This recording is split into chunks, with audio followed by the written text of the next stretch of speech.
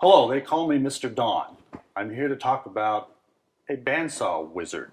What it is a lot of jigs to put on your bandsaw to make odd shaped items easy to cut. So pretty much what we have here in this box is a new table. And we slide this on the existing bandsaw table and adjust it. And now you have a foundation for a lot of other jigs that you could use for anything you can imagine. So let's begin by looking at what's inside the box.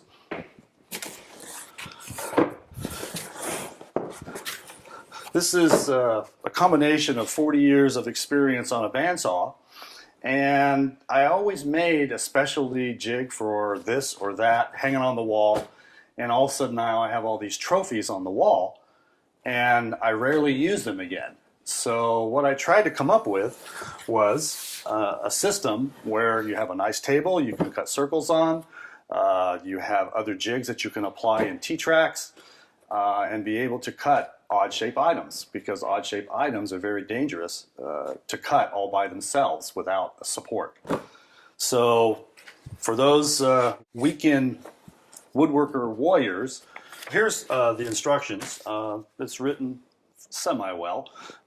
For those who like to read, please read them because there's lots of information. For those who don't like to read, we did produce a lot of pictures. So if you follow it, you might be successful. Although I generally don't read instructions until I make a mistake. So you're probably one of those persons. Anyway, this is a table, and these are runners. The runners are going to run in your dado in your bandsaw table. I provided two. There's a little one that's under 3/4 of an inch and 3/4 of an inch wide, because a lot of your dados aren't exactly 3/4 inch. So slide this in your own bandsaw's dado and see if it runs loose, and we'll show you that later. Once you take this apart, there's a secondary table that actually is going to slide onto your bandsaw. The bandsaw blade comes into here. This is a T-track for T-nuts and bolts. So you can tighten a pivot point here and you can spin circles. The other T-tracks are for other jigs, and even if you don't have a fence, you can actually make your own fence and use this as a 90-degree offset. You're going to be actually mounting your guide runner on the back side. So you're going to set this up where you'll put it on the bandsaw, and it'll ride right in your own groove and be perpendicular and parallel to your blade. These tracks are for actually the angled clamps that will actually clamp to the underside of your own bandsaw table, so you don't have any exposed clamps all the way around to clamp it to your table so it doesn't move. So everything is underneath, and now you have the full use of actually a larger table than your own bandsaw table. This particular size will fit any bandsaw between 12-inch and 18-inch. So this is pretty much a universal table. For future use, there are holes and dowels for extensions, but we're just going to be talking about this table for now. Okay, these come with angle blocks or angle clamps. Basically, it's a piece of maple that has a 45-degree angle on it. And the idea is that you put your knob and your T-bolt in there, and it slides right into the track on the underside. Now, this is the back side of the table, and you pretty much clamp them down. Now, the idea is your bandsaw table will fit the edge. Now, sometimes, you know, this angle on this pre-cut item is not quite perfect for your own table or your fence rail. So you can take and cut your own profile on your block. And that's why they're wood. So you can do anything you need to get these to clamp to your own front edge of your table and the back edge of your table. That being said, you can leave them like a 45-degree if you like, or not. So this has two on the outboard, only because you're going to have a saw curve actually where this line is in this table. So basically, you're going to follow this line and cut into this and stop, and we'll show you how to do that later. Before you install your Bandsaw Wizard table, make sure that your blade is perpendicular in 2 planes off your table. If it's not, then you're not going to have accurate cuts with the jigs. So make sure you get a right angle and actually take the throat plate off, because sometimes that's not real even and it's not true. So off the table, you want to make sure you have 90 degrees on the back edge of the blade and 90 degrees to the side. This one happens to be okay, so we're set to go. But follow your own manufacturer's instructions on how to do that. I'm sure there's other YouTubes that you can watch, but take the time to straighten it out first. The results will be a lot better after you do that.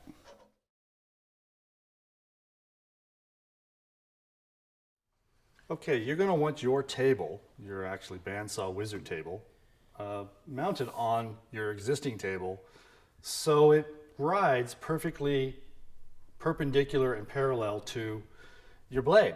If it's off a little bit, then everything else of your T-slots will not cut properly. You won't get a 90-degree cut, you won't get a 45-degree cut if you measure it.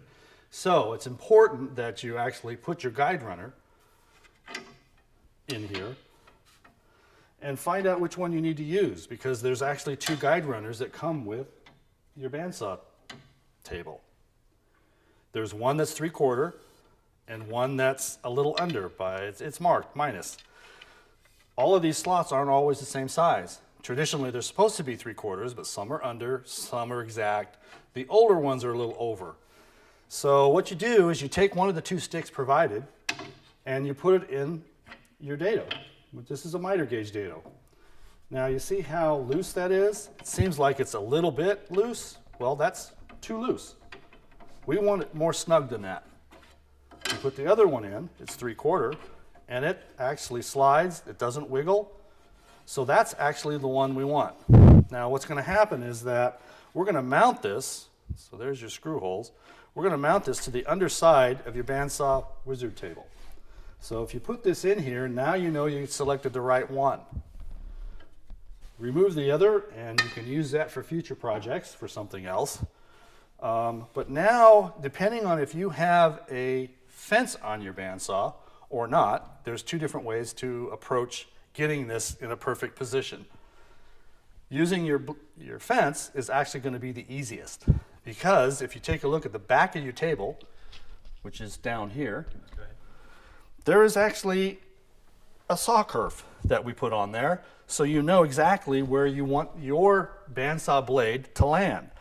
This is the edge that's going to follow your fence on your bandsaw, and I happen to know that this dimension from here to here is 9.5 inches. So you get your trusty tape out and make sure I'm correct. 9.5, that's where you want it. So what you do is you set your fence to 9.5. It's right, it's 9 right now, but you got to make sure that this fence is parallel to your dado in your table. If it's not parallel, you're going to have this track incorrectly and it's going to be always off. So do yourself a favor, true up your fence to your own miter gauge dado in your saw. Take a measurement from here to here and then take another one on the back side of it. If it's equal, then we know this is going to be parallel to your dado. If it's not, you're going to complain that this jig doesn't work very well. So take your time and set it up correctly. So since we're using this fence, I'm going to set it at 9.5, tighten it down, and now we're set. So theory is you bring up your table, this edge is going to go up against there, you're going to turn your bandsaw on and you're just going to follow your table and pretty much cut into your own Bandsaw Wizard table. And you're going to cut it all the way to this point, which is this V groove. We want it to stop in the center of this T-track because that's going to become your pivot point for future circles or radius cuts or miscellaneous other items. So let's go ahead and cut it. Now that you've selected your guide runner that fits inside your own bandsaw's table, and it's a nice fit, and you've already measured the 9.5 inches required from your bandsaw's fence, and the fence is parallel to your dado. Make sure it is. It's got to be parallel. Now you can cut your bandsaw wizard table and stop at the V-groove. You're going to follow the fence, and it's got to be tight up against the fence so you get a nice cut. Leave the guide runner in the bandsaw so you can actually screw it to the underside easily. Start slowly and let the machine and its blade do its job. There's no reason to rush a cut. You want a nice cut through this thing, and you want to stop at the V-groove. Coming close. So we're going to stop at the V-groove. There it is. We'll turn off the machine. It's still up against the fence. If you have a brake, use the brake on your bandsaw. Now the idea is that you're aligning this guide runner, and there's the other end, and I leave mine just proud of the other side. What I do is I clamp it. I'm pretty sure your shop has a clamp or two. Clamp the ends so they stay put, because what we're going to do is we're going to screw, because there's 2 screw holes on the other side that you can access to just sitting like it is. I leave this a little long because it's easier to feed when you actually slide this off and you want to put it back on. It gives you an indicator of where it needs to be. So I'll clamp this on here. Then I'll grab a screw gun and a screw and mount a screw from the underside on here and here.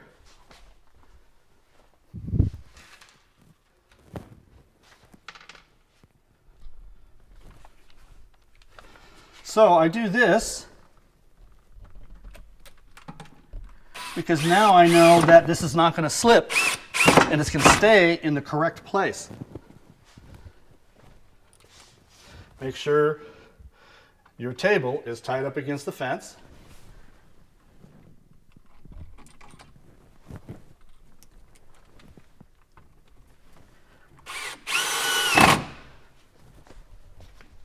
So now it stays put. So you can remove the table and its clamps, because you know that guide runner is going to stay put. I'm going to flip it over, slide it out, flip it over, and we're going to put the remaining 2 screws in. So now it lives where it's supposed to be.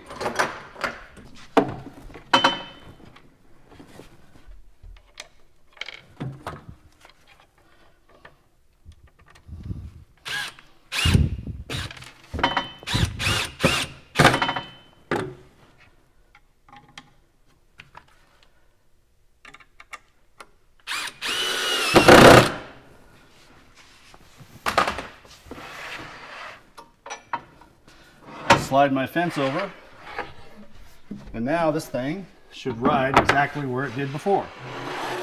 And it's independent, and you can't wiggle it back and forth.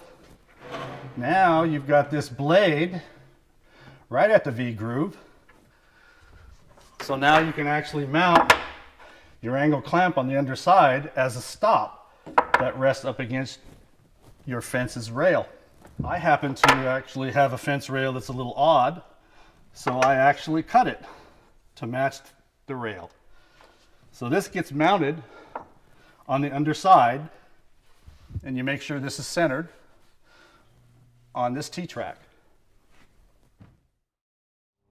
Okay, now it's time to set your stop block, and you want this table to stop always right at that V-groove, which happens to be the center of the pivot that you can adjust later. So you want it right in the center of that on the edge of the blade. If in fact you put a bigger blade on it, then you can adjust your stop So the front teeth are always in line with that center point. Now that you actually have your bandsaw blade centered on your pivot point, you need to install your stop block and clamp. I happened to cut mine because it was not quite fitting right, so that's why it's out of wood, so you can do anything you need to. Yours may be different than my saw. Slide this in.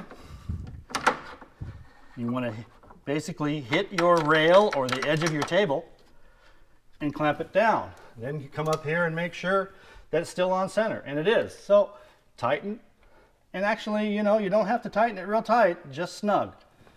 There's no reason to over tighten anything.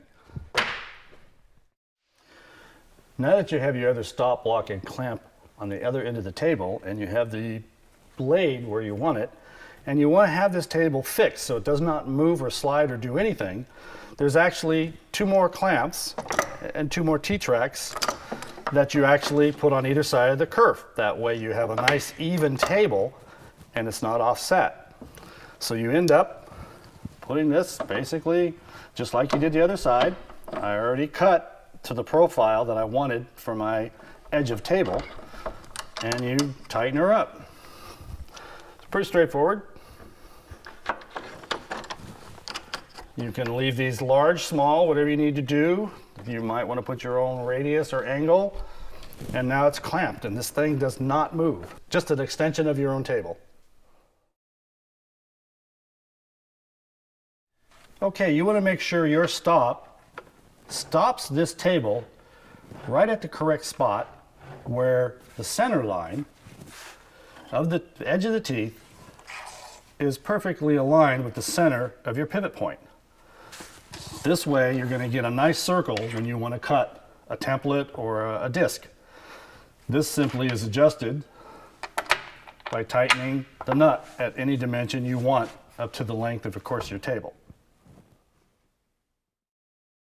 I want to cut a circle or a disc using this bandsaw wizard table. Basically, I want something that's 13 3/4 in diameter, which means I took a 14-inch square piece of plywood, because I needed out of plywood, connected the dots from the 2 corners, and found the center. I drilled a 5/16 hole in the center of this board, because I don't mind if there's going to be a hole in the disc that I'm making. If you don't want a hole, you can always actually just add something to your platform, like double stick tape or vacuum or anything that you can imagine. The idea is I want to set this pivot point 6 7/8 away from the edge of this blade. This is moved by just simply tightening this T-bolt. If we measure over 6 7/8, there's 6 7/8 right there. Double check it. I just kind of snugged it. 6 7/8, right on the money. So I'll tighten it a little bit. So there's my 6 7/8 pivot. Now this doesn't work very well. So what you do is that, remember, we have that stop underneath that always, when you slide this, will stop at the center. That's why we have a stop. So the idea is you bring this back far enough, and you gotta sometimes support the table with your other hand or provide a sawhorse underneath it, because you don't want this tipping off of your own bandsaw's table. You mount the hole, if you can find the pivot. So you see you only had to come a little bit back, and there's your pivot. Make sure it's seated all the way down, because this has threads, but this doesn't. Your pivot has threads, but your hole does not. So now you have, it's still a little wiggly. Pound it down. So the idea is you turn on your bandsaw, you hold with your left hand your table, and your right hand with the piece you want to cut. Make sure everything's clear, turn on your saw, hold onto your piece, slide the table into the saw. Once it hits the stop, now you start spinning it. I actually use my belly to hold the table up against the stop, but you can clamp it if you want. So now I'm cutting this circle. And I left a little meat on the outside on purpose so I don't end up with any flat spots.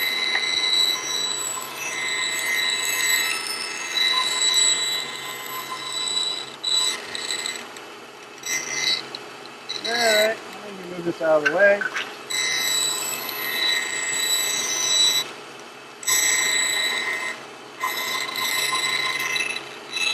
Now what I do at this point, you can back it off, but I like to shut the saw off. I don't want to mess up the edge with the teeth by mistake. And then you can remove your circle.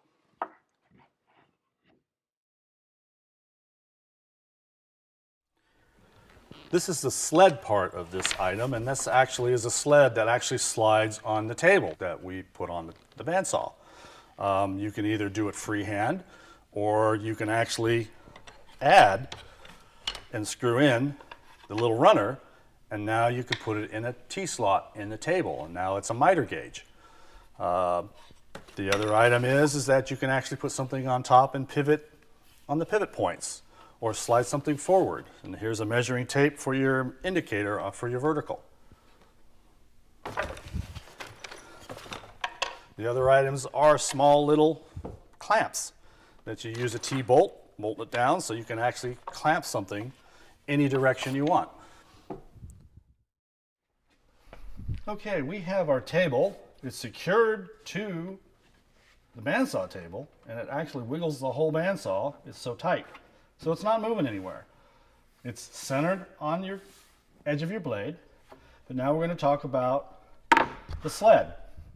The sled can be used just as an independent. You can clamp something on here, mount something on here at an angle or whatever you want, and follow your own line and just use it freehand either on this table or your own bandsaw table. Or you can actually mount a guide runner on the underside, and now it can follow and use as a miter gauge. So I have one already done.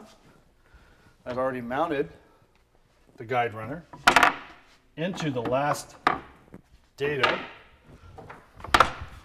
and now it slides without tilting and follows your T-track. So now you can actually cut something just like a miter gauge. This will be 90-degree cut. This is 90 degree. We already know it's the line here is parallel to its cut. This is 90. So now you can trust it. So you can actually set other things on here as a guide and repeat any cut you want many times. So this can be done.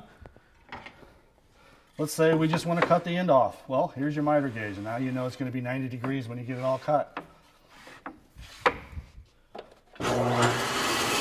So let's just cut one. Hang on to it. And, you know, maybe it's a stop cut. You don't want to cut all the way through it. And now you have a nice cut. You cut all the way through and then you do what you want. But if you want stuff that's repeatable, you can actually put your clamps on here and follow something by making your own little tiny jig as a stop.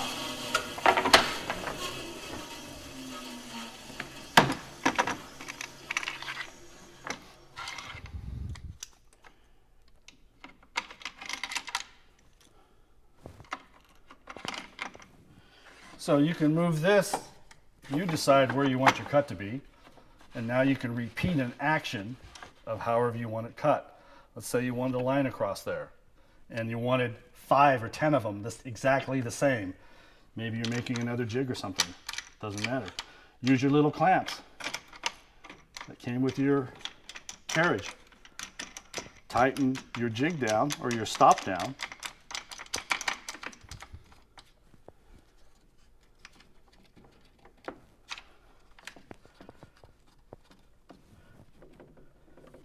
So, I didn't over tighten these. Now you have a stop, and you can do anything you want. You can make your own items depending on what your application is. So now I'm going to cut an angle on this, whatever that angle I predetermined was.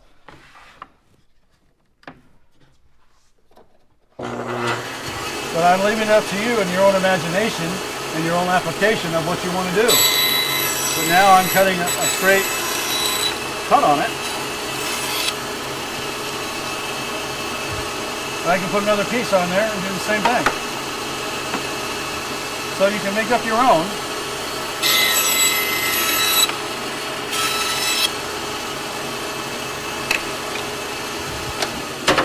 And do as many as you want. And you can get the same cut. That's just using the sled all by itself.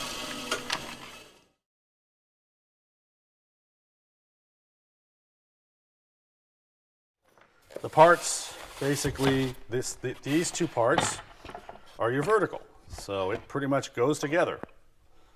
And then your gussets go in here. So that's your independent.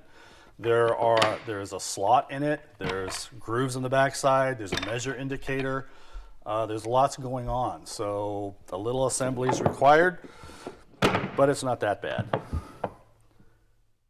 Now that we have the carriage assembled by magic, it was done all by itself. Here's what the carriage looks like. You can use either side of it. You can mount something on this side, or you can mount something on this side. You can use a block of wood and a screw to hold something that you want to cut, or you can use a chuck. A chuck can be added.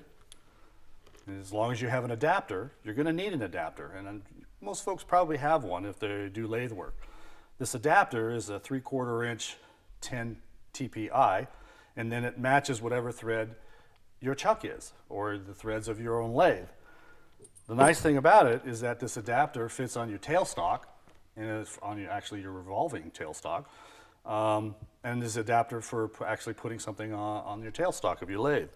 So that's why we decided to use a 3/4 inch slot for a 3/4 inch 10 TPI, so you can just mount it onto the jig at any level you want.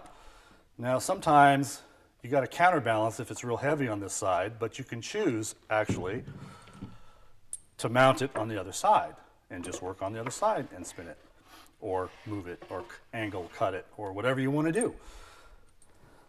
The idea is that if I wanted to put a radius on something that's held way out here, and I want a radius on it, so what I would do is I would actually mount this guide runner on the back side, that its home lives here, so you don't lose it, and this runs in the T-slot. So now you can actually slide this and adjust it by actually putting a T-bolt in here, putting it over the appropriate hole, lining up the guide. So now you can actually have this adjusted and it will stay put with your T-bolt. Now the nice thing is, this is going to run perpendicular to your table if in fact you put a guide runner in here and follow the track in your table.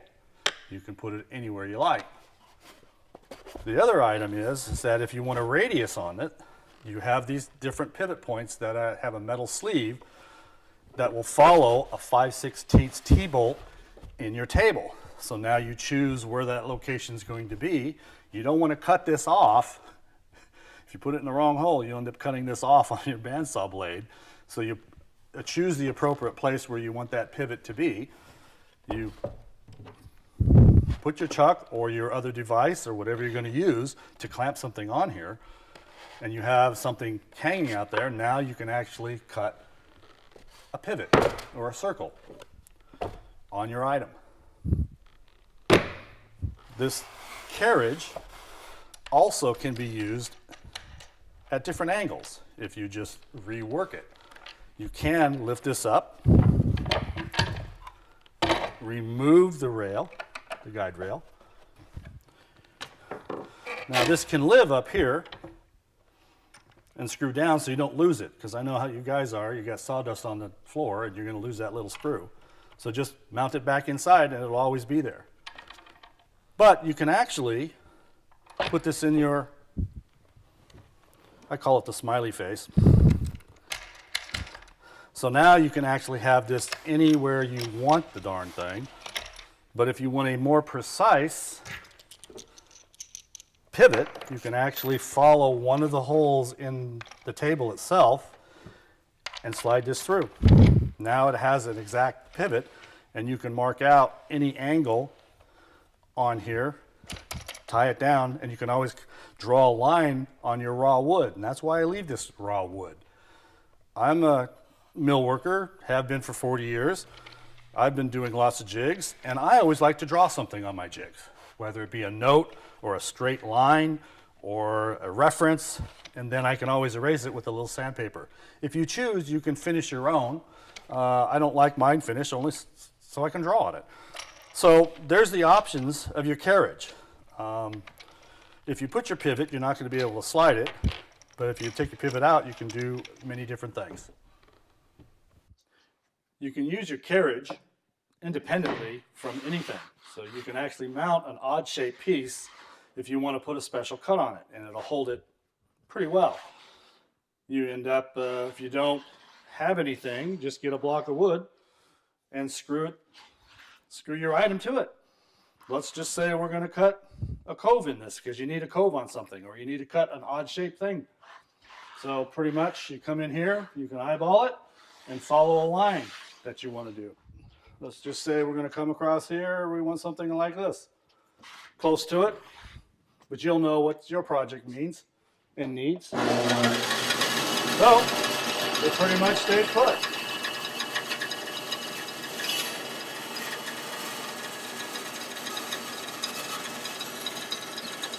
I didn't follow the line exactly, but you get the idea of what you can do. You can come in here and put a V-groove in it. You can set up jigs yourself and make dovetail, whatever you want to do. So that's just that part of it. Now if you use the carriage independently, I'm hoping you will invent some indexes or whatever you think you need to do some things either consistently or repeatedly. If you use this carriage with a sled, you have a lot of different things you can do. I happen to put the guide runner on the last groove. So now you can use this back to your miter gauge that we talked about earlier, cutting things. But now you can actually add your carriage, and you can mount it at a pivot or whatever you want to do. Or if you put your guide runner in here, then you can actually follow the track and cut something equally past the blade. So you have this adjustment forward and backwards to align anything. What I'd like to do is cut, I made this decanter, and I really want to have a decanter that has an angled cut on it. So what I want to do is once you have an adapter, a thread adapter, this is a 3/4 inch 10 TPI, teeth per inch, and this is actually a chuck that has a M33 thread on it.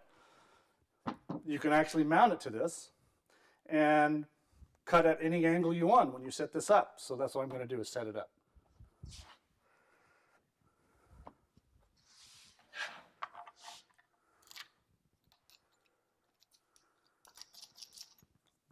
This is put into, I call the smiley face, because now you can move this anywhere you want within this track. So now I can set this at an angle wherever I want it. So pretty much I'm going to install my decanter by using a 3/4 inch bolt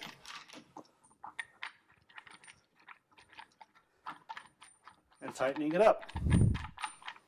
Now this is reaching quite far, but that's okay once you tighten everything down. And look, this is too far, so I can't really slide it. So what I decided to do is put it on the other side.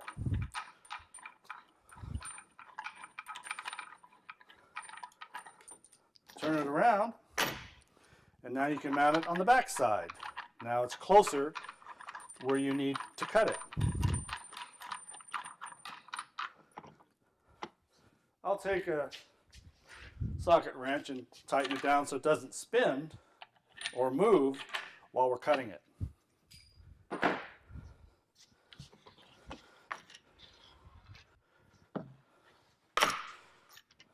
Now this can come independent now that I've taken the guide runner off, and this can be mounted inside its groove, so you can run it either way. I choose to run it this way so it actually ends up in the center because we reverse this. So now it's still in the center. So I decide, gee, I want about just a small little angle on it. So I can do it freehand. I'll tighten this down. I don't want to cut this off. So I'm going to push it forward a little bit just to make sure I don't accidentally cut off my jig. Turn on your bandsaw. Make sure it's tight. And now I'm going to just basically put an angle on it.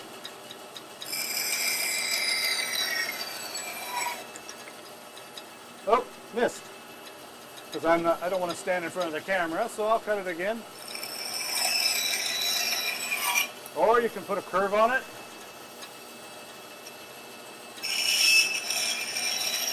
So, use your imagination. That's what this thing is for.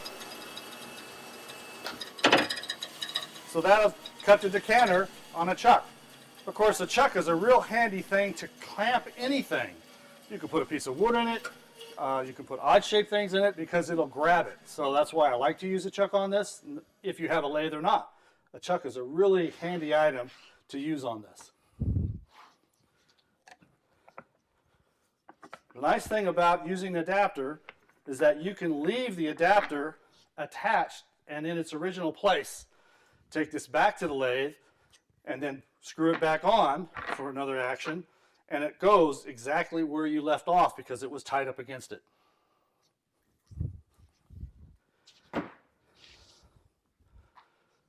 Here's just a blank piece of wood that I want to put a curve on it, one way or the other. So basically you can use this jig if you put a pivot attachment into your table, throw your pivot, decide the distance away from the blade that you want. I choose 7 inches. There's 7 inches right there. Tighten it down. I use just a socket. And now you can choose one of these 4. I wouldn't choose this one because you're going to cut the darn thing off. So make sure you're oriented correctly. The reason why these other ones here, what happens if you want to pivot way back here and you need the throw of your carriage? Or you can run it backwards. So I chose 7 and this one because it clears. Now that I can pivot this, I can actually use a clamp and actually put partial curves on any piece of plywood or any material you want by using those other clamps that I showed you earlier. But right now what we're going to do is we're going to slide the carriage in here.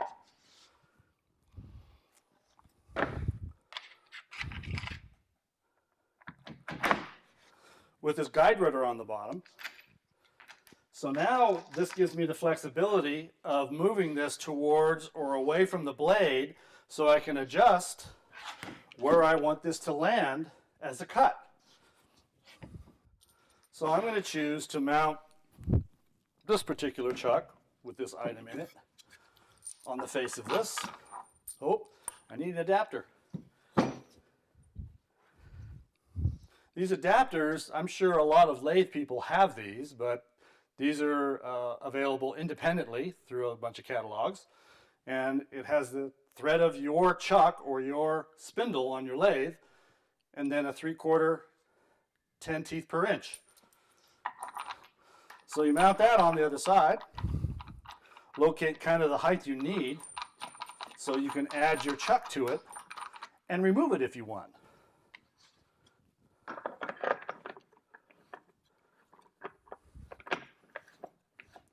This is just a bowl I never finished. But it's a piece of wood that could be any project of yours at any shape. But this is how we will cut actually a crown on top of this. So see, it doesn't quite reach, so you can adjust this to find out. Now, how do you know where to go? Well, you know kind of what the radius is going to be, so you can put a stick on here and figure out where it's going to land. But you see how this is tilting? Because this is heavy and it's not tight. Once you tighten this, it'll stay put. But sometimes, you know, you may want to put a counterbalance or put it on the other side, but it'll cut off the other end, so you don't want to do that. So I know that this is probably going to be close, but we're going to cut it shallow just so you can see how you can adjust it later on. So turn on the saw. Hang on to it, keeping your fingers clear of the blade. It's on its pivot point. Start in slow. And have a consistent cut. Now see, I didn't quite make it. Okay, since you can see that we cut this and we kind of guessed at it, there's an easier way to do it to get a more precise cut. What you do is you back your unit off a little bit, turn it around, and you know, there's a measuring device here and a scale. So if you, in fact, know where 0 is, and you tighten it down and it touches the blade, tighten it down there, and read what the scale says. It reads 5.5. So you can write that down, 5.5, and you actually, you know, you can write it right here because you can sand it off later, or put it on a tablet, or put it on here. So now you know where 0 is. Now you want to actually know to cut this a little bit more, so if you're just putting a crown on this. But what happens if you want to cut way back here and then glue it back together later because you're putting a veneer piece in here for a detail? Well, if you know how far to go back, then all you got to do is subtract and figure out, gee, I'm going to push this 1.5 inches. So I'm going to bring this down to 4 inches, and now the cut will be back in here. So that's what we're going to do. We're going to actually move this. So you can't turn it. You've got to back it off because it's going to pinch the blade because it's a curve and this is a flat. So back it off. I know I want to set this at 4 inches. I'll set it at 4 inches. Tighten it down. And now you can see how far back it's going to cut back here, which is what I want. So if you use your scale with this, and you know how to operate it, and it already has been zeroed out, you always kind of know where you can go just by either jotting it down. I have to jot things down these days because my memory is fading me. So I jot it down always. Turn the saw on. You know, it's not a speed in a race. Let the saw do its work and let it cut. Now this piece will drop.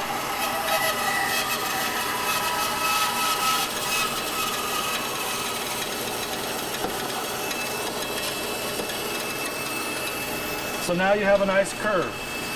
Now, in time, if this was a bowl, hollowed, it's just a solid piece right now, we could actually sandwich something here and glue it back.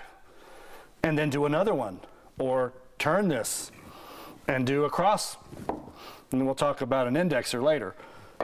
So that's how this is done. So imagine your project, you setting up your own, and figure out how you can work it. Use your measuring device, use your sled, use your carriage. Let's pretend this is a real fancy vessel. I just made something simple, and I put it in a chuck.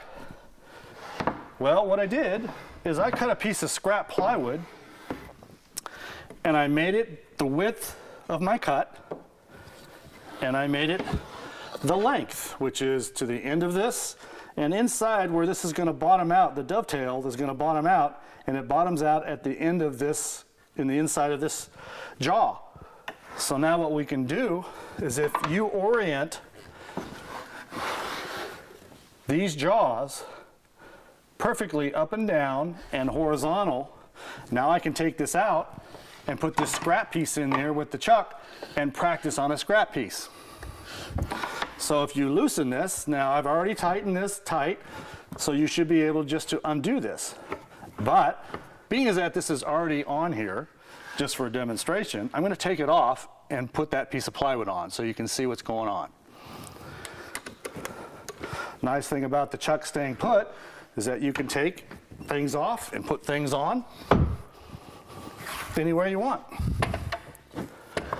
Now, what I want to do is put this piece of plywood in a proper spot. Open it up. Now, you know, if I was smart, I would put a little mark on here to center it. Here and here, measure over, but you could take a tape and kind of center it. So this is going to equal where this is 7/8, and the other side is 15/16. It's just a hair off. So I'll slide it over just a hair. I'm going to tighten it down. So now you have a blank piece that you can spin through this, and you could even make lines on this template. You know, any shop always has a lot of scrap wood. Go to your local cabinet maker or somebody and get some scrap wood, because it's always nice to do something on a piece of scrap wood than on your final product. Okay, we have our test piece mounted in a chuck, and we put it on here. I've got adjustability. It's at a pivot point, and I made some marks. There's 2-inch, 4-inch, 6 inches. I just made a little mark on here because that's kind of where I probably want to have my radius on that vessel I showed you earlier. So I want to know where that crown is going to be at the very top. So I'm going to zero this out again. Just touch it. Tighten it. And it's at 9 and 11/16. So I write it down. 9 11/16 is 0. Equals 0. So now I want to cut that very tip of that vessel out. So I'm going to back it off, let's say 5/16. So we move it back. You got 9 and 11 minus 5/16. So 1, 2, 3, 4, 5. So there you go. It's set. I just took that subtraction right off of these lines here. And now supposedly this will come real close to this end here. So let's give it a go.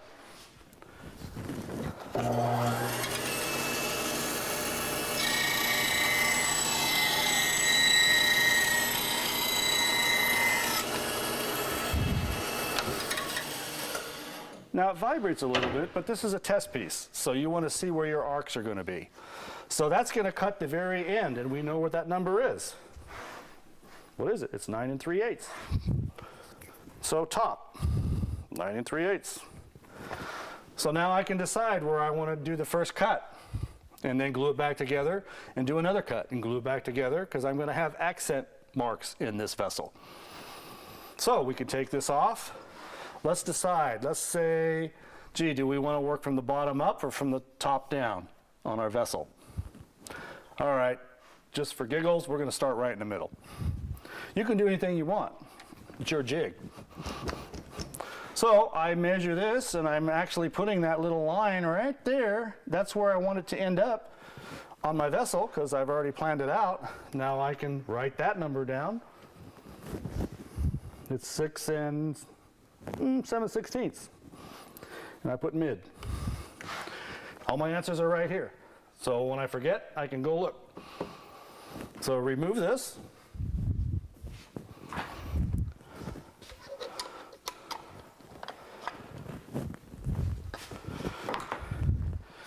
Add the thing you're going to put a radius on.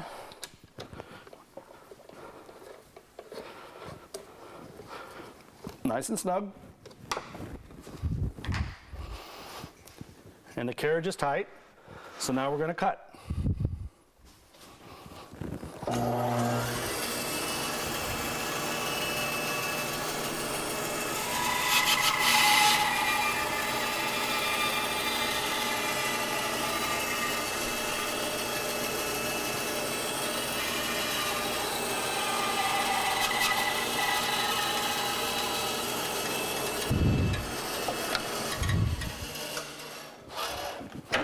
So, when I was going through, I forgot to put a line on there. I always try to put a line on there so when I go back together, I know exactly where it came out.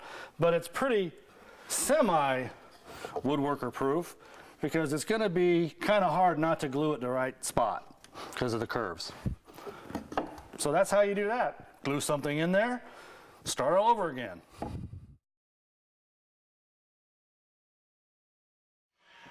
When you're doing radius cuts with your sled and perhaps even your carriage attached to it, you'll notice that these have little clip corners. The reason is that we want the bandsaw not to cut this all up. If you put this pivot too close to your blade, you're going to end up cutting right across it.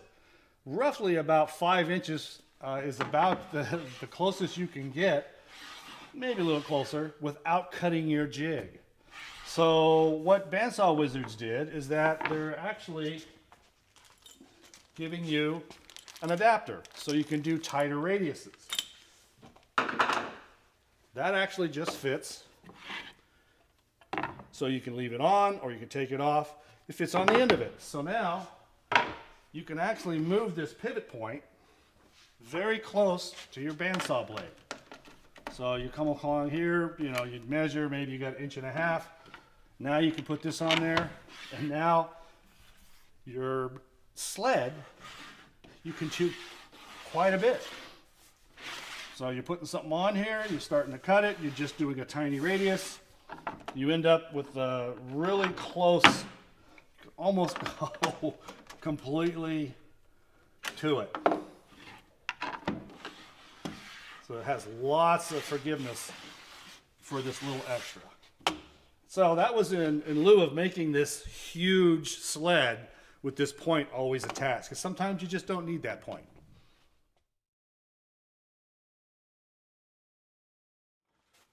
A lot of people are asking, we do curves and cut curves on a bowl or any object, but can we index it? And yes, we can. You can see here that these are actually equal distance apart, but it's really only 2 cuts. One cut, took apart, put some veneer here, glue it back together, then I moved it another so many degrees or so many holes on an index, so you can do as many as you want. A lot of chucks, and some don't, some do, have holes on the back side of it. I do lathe work, a lot of people do, and when you put your chuck on your item, you have holes. And actually, this Vicmark, I believe, only has 24 holes. Normally speaking, those who do segmenting want 32. So I decided to make a separate wheel so it could fit any chuck you have. And it's actually put together with the revolving tailstock chuck adapter. So the chuck adapter is something that you can get it in a couple of different catalogs if you're a lathe turner. And this goes on the tailstock and screws onto the tailstock. So now you can reverse your chuck and hold it differently and do something else with your headstock on your lathe. I have a couple of these. They're very useful because I do a lot of reversing and changing things around. So the reason why this slot in here is so big, because I chose the 3/4 inch 10 TPI, because you can get a bolt just about anywhere. So that's what I use. This you can move up and down, and it works well. So that's what you see in other videos. But what we want is we want to be able to have a pin go through here and go into one of those chuck holes or the hole that's in the disc. So what we did is we put together a system where actually you have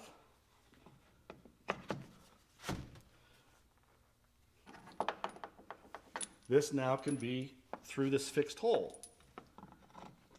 Now, when you tie that in together, you can move and adjust this any height you want.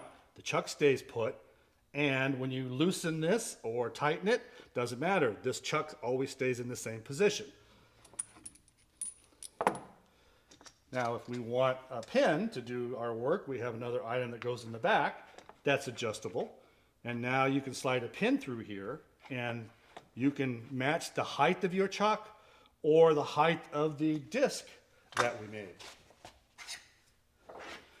The disc, this is a 32 hole disc, and we thought it'd be really smart to put it together here, but these don't come with tapped holes, so we decided to make our own. This is precise, so when you install this thing, it pretty much gets applied, and now you have something that is predictable. It can go on either side. So we try to make this thing really universal, so you can invent anything you need that you need to cut on a bandsaw.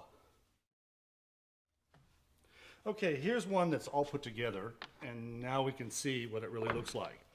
You have a chuck that actually you can take off at any time, and when you tighten it up, it's always going to register at the same spot because it's going to be tight against the threads. Just like the lathe that you have, you're going to tighten the chuck on there and it's going to stop. Well, the same theory goes here. So now you can take this off at any time and your indexer is staying put, not adjusted, it doesn't move. Now in order to assemble this thing, you have this that slides up and down, and this slides up and down also. So your pin can be aligned with the index.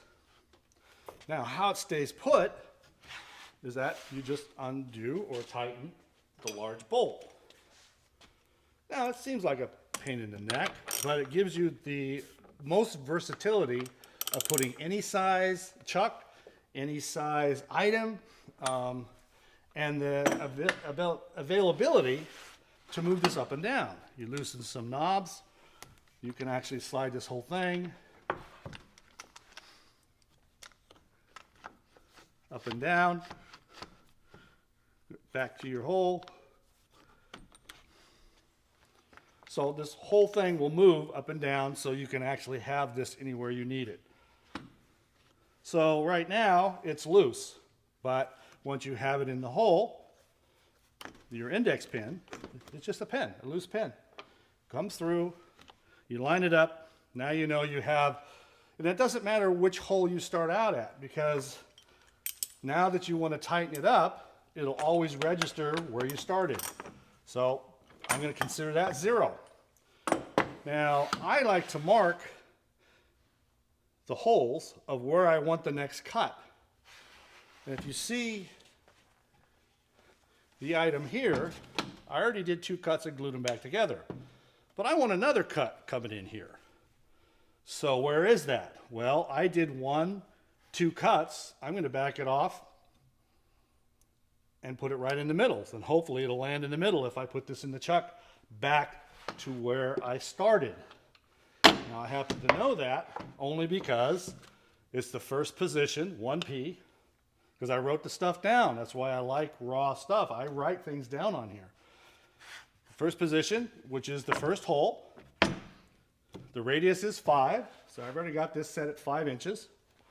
And the sled, front to back, is 160 millimeters, or 6 3/4 inch. So I've already got that set. So the theory is, if I put this chuck on here, now you can adjust this before or after the chuck is on here, but I'm going to do it with the chuck in because it's heavy. So you can see that it does work. Now this does not move. So I want to move this chuck so many degrees. But how about we put this at the original position, which I marked. And I marked. So I guess I need a wrench. Chuck wrench. Line it up. So this was the original first cut. This was the second cut, which is actually positioned down here.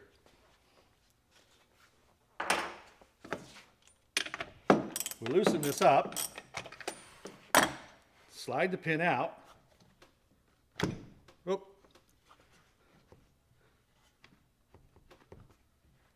Slide the pin in where the next position is. Now you see how wobbly it is? That's because it's not tight. This actually screws back in and repositioned this for us. Now there's no fancy way to do this, but it's efficient. Now if you had a mechanism and all this other stuff, it would cost an arm and a leg. This doesn't cost an arm and a leg. So now we're hoping to get this thing spun and do another layer.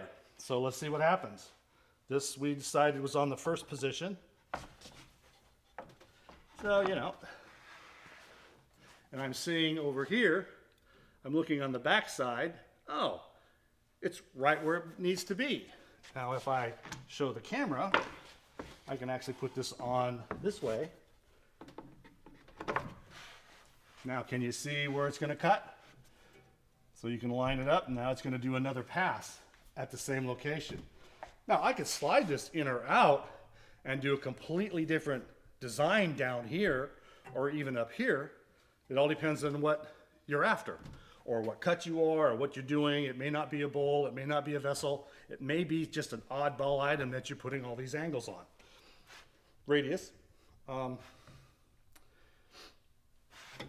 So let's cut this thing and see what happens.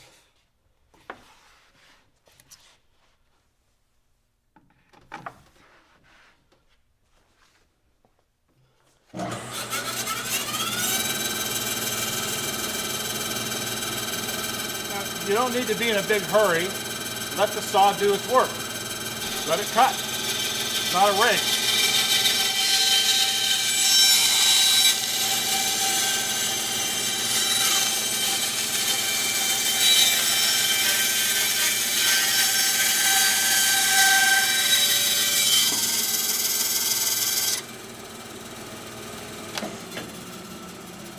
So now you can see where the old layers were, and now we're adding a new layer. So it gets segmented almost. So I guess this is a lazy man to segment something. Anyway, that's how the indexer works. Here's the problem that a lot of people may or may not have. Let's say this extends out further. Let's say this is a big heavy item.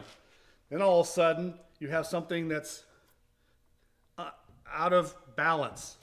So what I do is shock, an old sock, you know.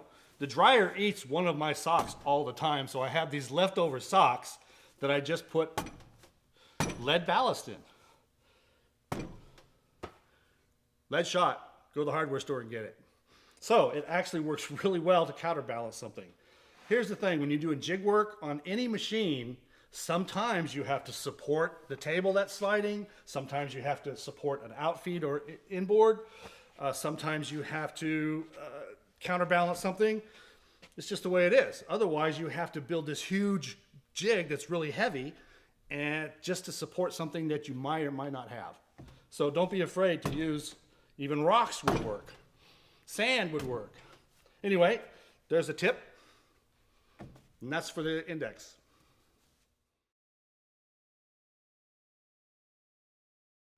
People have asked me what an offset curve is.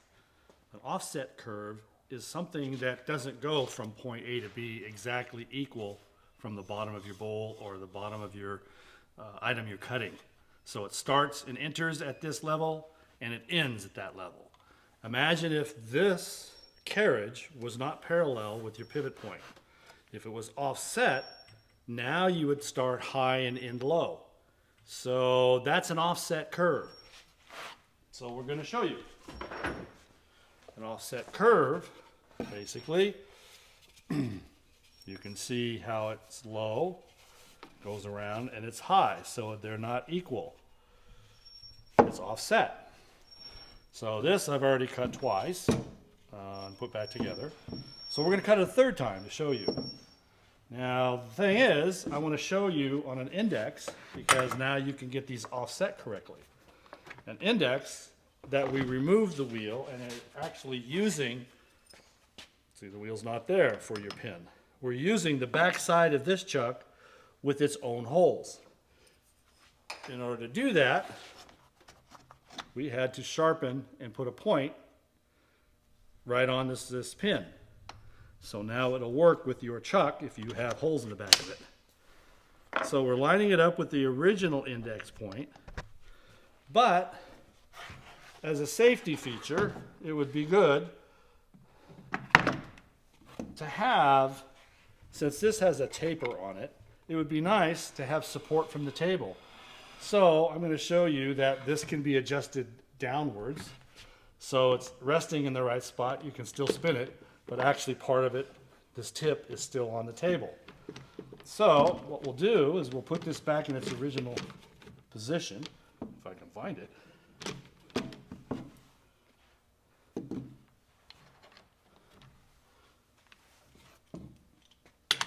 Loosen up the bolt.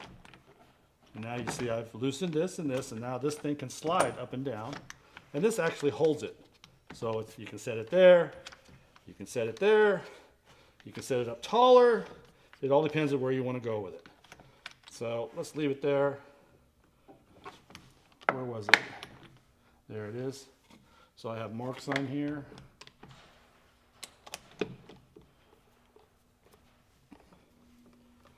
So now I want this to touch the table. And now it'll give it extra support while I'm making that cut. So I have to move this so it aligns with the hole. And there's a knob on the back side that tightens the location for your pin. And then tighten the bolt, which tightens everything together, so the chuck stays put. Now,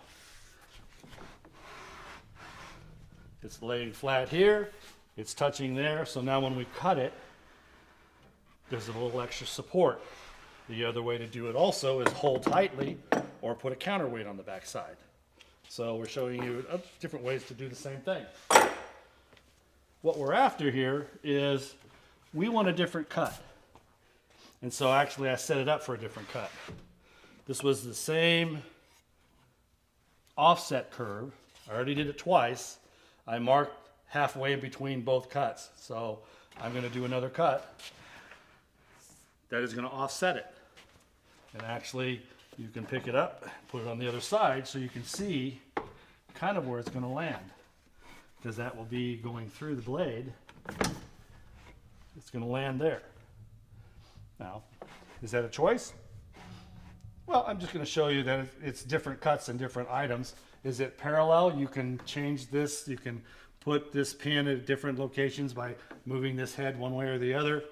Let's just see what this pattern or design is going to look like based on splitting the two differences.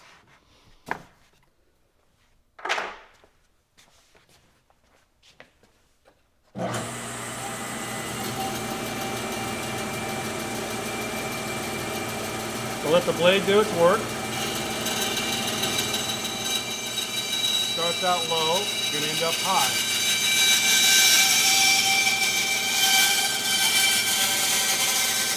Now make sure that you catch the piece, if you don't want it accidentally going into the blade after the fact.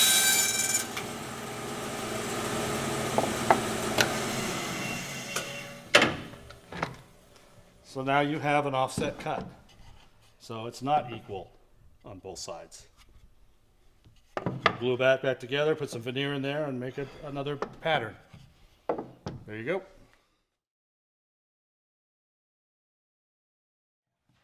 Occasionally people want to cut either freehand, which you can, on any of these two jigs, the sled or the carriage independently or together.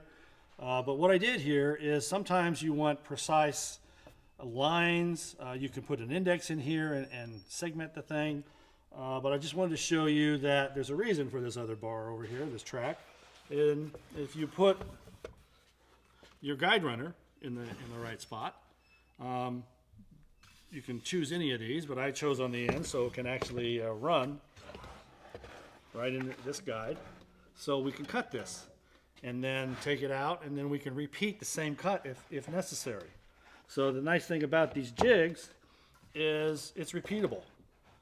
So this one here, now you can have this slide side to side, set it up, and this one you can plunge and you can get your cut.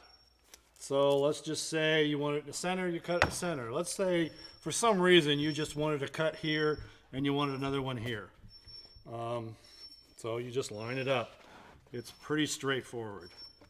Undo your knob, eyeball it there. I'm actually looking at it from back here because I can see where this lines up. Tighten it up. It's not quite right.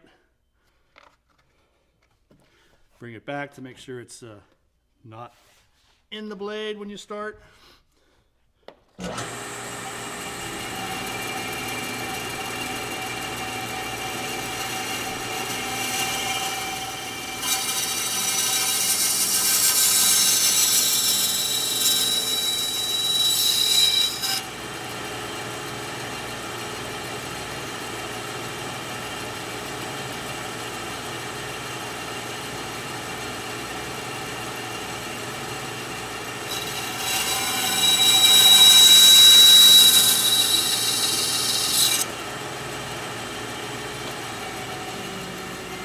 So, depending on what you want to cut, or how you want to cut it, you may want to increase the width of your blade. I use a 3/8 blade for a lot of radius work because it clears and doesn't get pinched. If you do straight cuts, I recommend a 1/2 inch wide, a 3/4 wide, an inch wide, depending on how wide a blade your saw can take. So the wider the blade, the straighter the cut you're going to get.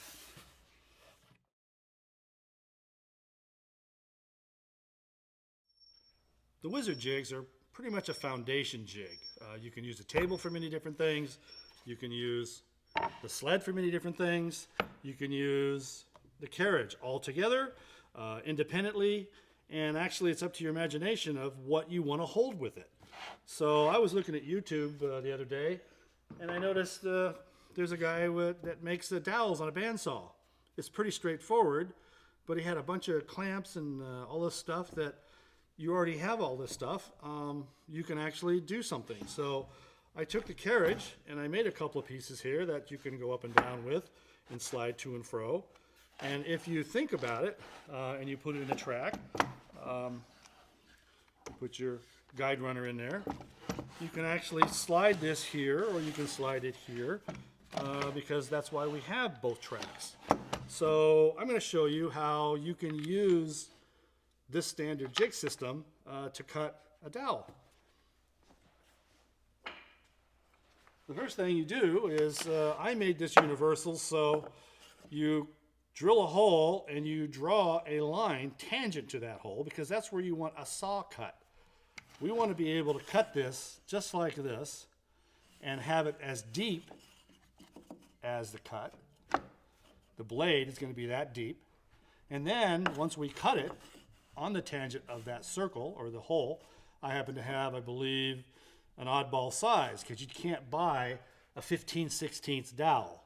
You can't buy, 1 3/16 dowel. You can buy 1 1/4, but sometimes I'll do small ones out of ebony or cocobolo or something. So we make our own dowels, and this is a real easy way to do it. I made these independent because I wanted these to be able to come apart so I could have a standard item of where I had different holes that I've already figured out and we can actually just change them out. So you pretty much clamp it in.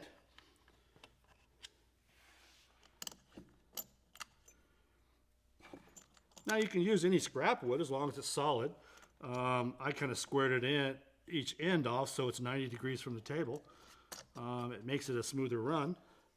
And made this jig so it makes it real easy to adjust, to cut, and then realign on the other side.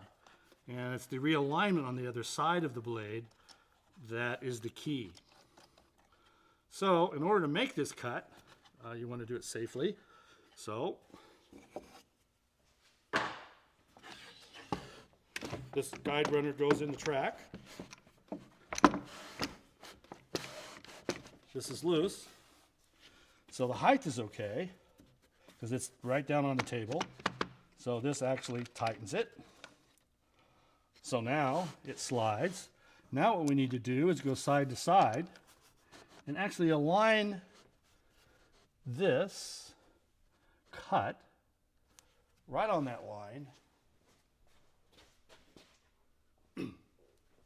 So it's actually at the tangent very edge of that hole. And I can feel it in here. And it's pretty much, needs a little bit this way. If you go too far into the hole, then your dowel will be smaller than what you want. So you have to have it right on the edge. There you go. So you tighten this down. Now we can plunge it in really nice and straight. Now this is a key that as long as your blade is 90 degrees from the table that we talked about earlier, this will be a really nice cut when we put this on the other side. We want to be able to cut this in here that deep.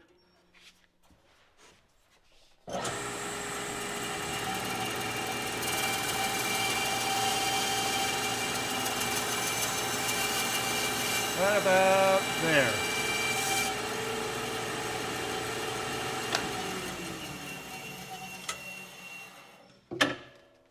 So now we have a hole with the slice, and the teeth will rest right inside there. All right, we had just finished cutting the slot into this dowel making jig, and so now what we're going to do is put it on the other side. This has a tightening knob, so you put the guide runner in the guide and put your T-bolt in there. And look, oh gee, we want to put it on the other side. So you can take this off, or you can actually put it around the other side. You can walk it back to the other side and put it in this way.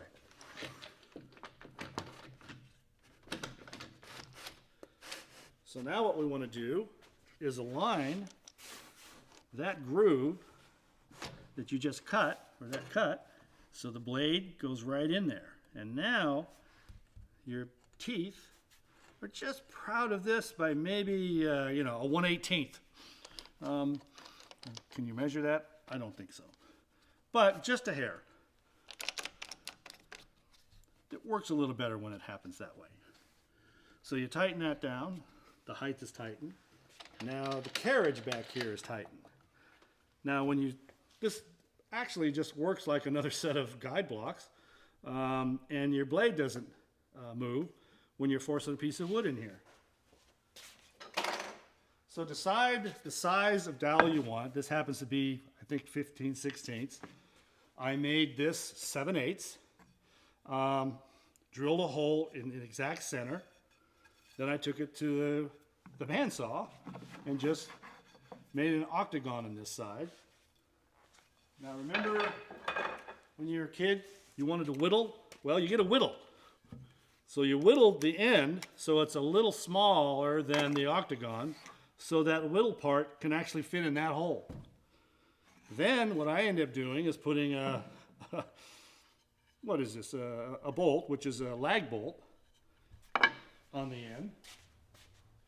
And you put your old trusty screw gun. Everybody's got a screw gun, right?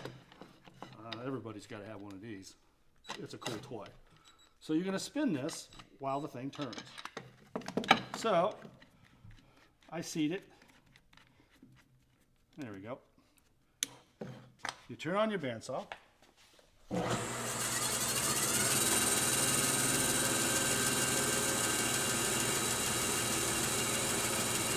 And you want it going opposite where the teeth is going.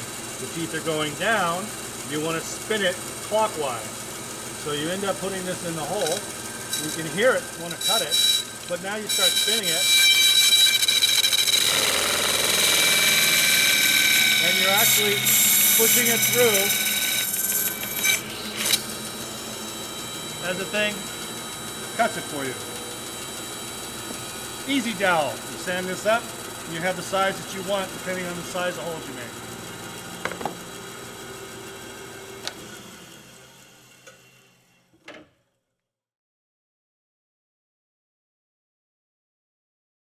Okay, another item you can do, and actually you can do more than I can imagine, so I'm hoping I'll get feedback from people on how they're using this jig. I'm using part of the last jig that I just used, which was the dowel jig, and I took the face piece off of it, and I put this wood block on the bottom that can slide. So it's pretty straightforward. You can make this. You can make one going the other way too. But what we're going to talk about is copying a curve or an S-curve or anything, and you can make a duplicator out of your bandsaw. Just imagine this sitting on the side of your bandsaw blade. These 2 points act like a router bearing. So if you have a template that's a curve, it follows these 2 points. And if you have a piece of material on top, it'll and stick to it, whether it be by vacuum or double stick tape or clamps or however you want to do it. You can duplicate the same thing over and over and over and over again. You don't have to set up any other jigs. It's just this simple one. So the idea is that you make enough space in here for this to go freely on either side. And I kind of made it a little bigger because I want the chip to be kind of, or the blade teeth to be kind of right in the middle of this. So you have a point and a point that this thing is going to follow. I also made this less tall. So this is 3/4, this is about 5/8 thick, because I don't want the secondary piece that's going to be cut to interfere with anything. So if we put this in your jig,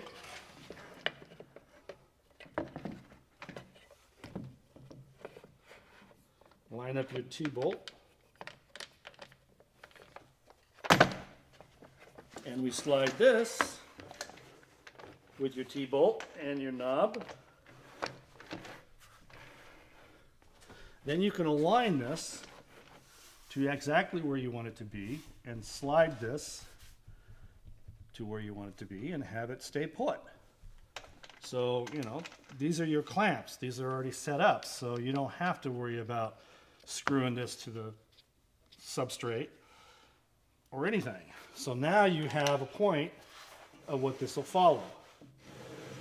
Now this isn't quite far enough out because it's going to change it because it's giving a little bit. So I really need to slide this a little further so it's actually resting like another guide block.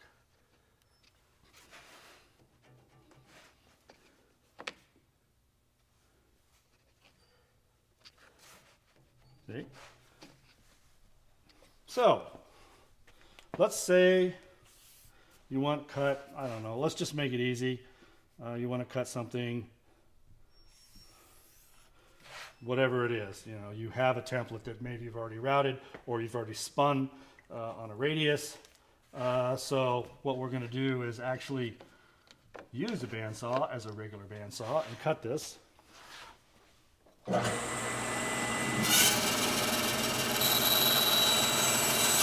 Whatever it is.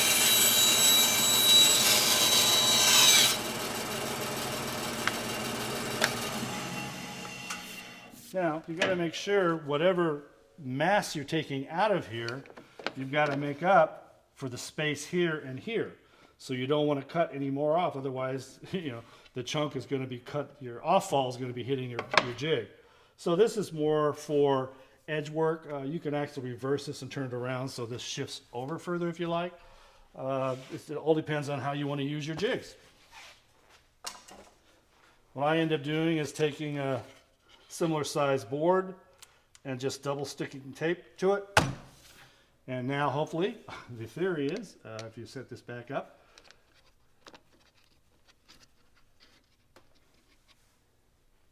you follow this and it'll cut it.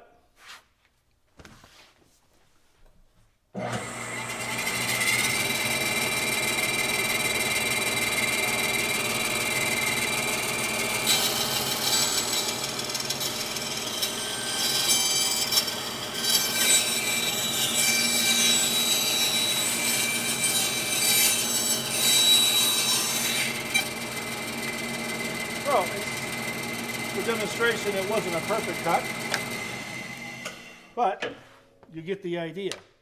I find it a lot easier if, in fact, you take this and make a different one, which I don't have, and make it so the template is on the top.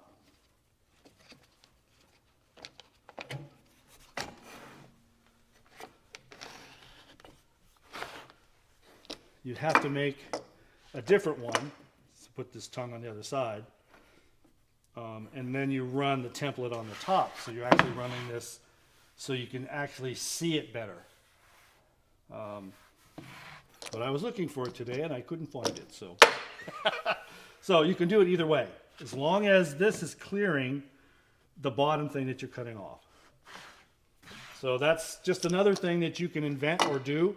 I'm sure there's many different ways to do this on YouTube, but this is just another item that you can plant on the foundation jig system.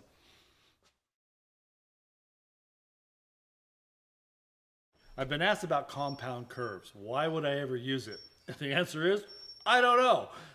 It's a design feature that actually you can create and play with. So this is how you do it. You can set your bandsaw table at any angle. Some of them you can, some of them you can't. This one goes up to 45. I chose 15 degrees only for the camera so they can see what's going on. The higher you go, the longer the blade you have to have, distance, or the bigger distance you have to cut it, because it's a longer cut across here. So make sure you have that cut if you do something greater than 15 degrees. Basically, I took this, it's just saw, I haven't hollowed out, just for an example of how to do it. The nice thing is about this table, it clamps to the existing table, and actually this is wiggling the whole bandsaw. It's actually sturdy. I put a pivot point on here. We're going to spin this, and you can see what a compound curve looks like.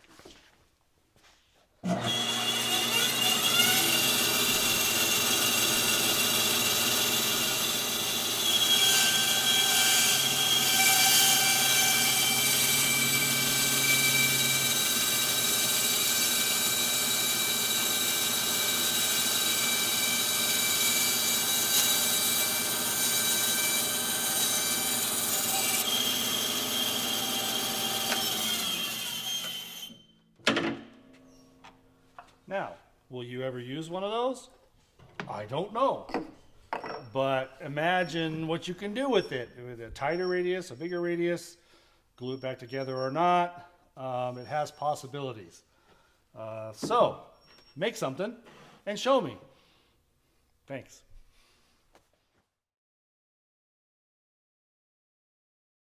After many years of putting my son's projects on the refrigerator with magnets, and I saw all these fancy business cards that were magnets and other things that were magnets that you put on the refrigerator, I always wanted to make a magnet for a sign. So I decided to make a bandsaw magnet, which actually comes with the table, and it's a cheat sheet. And so what this is two things. How many teeth per inch? How many teeth on the blade should you use for the thickness of material you're going to be cutting? I can say 9 times out of 9, most people put too many teeth or use too many teeth on their bandsaw because they think it's going to get a finer cut. That would be not, it doesn't happen that way. You have to have enough space between the teeth to get rid of that excess material. Otherwise it just burns. That's why your blade's burning if you have too many teeth. So here's a rule of thumb. You take 24, divide it by the thickness of the material you're cutting. Let's say you have 8/4 material, okay? 8/4 is 2 inches thick.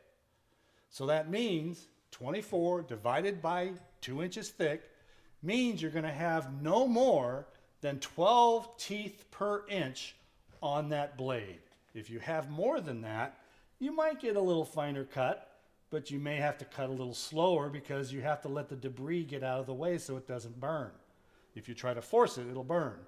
If you use less teeth, it's okay. You've got to have a plus and minus there somewhere. This is just a recommendation of where you should be approximately. If I have a chunk of wood that's 24 inches tall, and I have a bandsaw that will cut that, I don't need but 1 tooth per inch on that 24-inch thick piece of wood. 24 divided by 24 is 1 tooth per inch on the blade. So keep that in mind. It's a cheat sheet. the smallest possible radius. A lot of people are trying to do small radiuses on a bandsaw. Well, I like to use 3/8, and this particular blade that I like to use only has 4 teeth per inch. Sometimes I use 6, but it does the job I need to do for a variety of different thicknesses. If you have a 1/4 inch blade, not a 3/8, the 3/8, the tightest radius you can do is around 2.5 inch. Now, some guys will challenge it. I'm okay with it if you get a smaller radius, but sometimes your blade will pinch against the excess material you're trying to cut off, and now you don't get a perfect cut. You can force it a little differently. This is just a recommendation and average. So, again, I always wanted to make a magnet for a refrigerator. I made one for a bandsaw instead.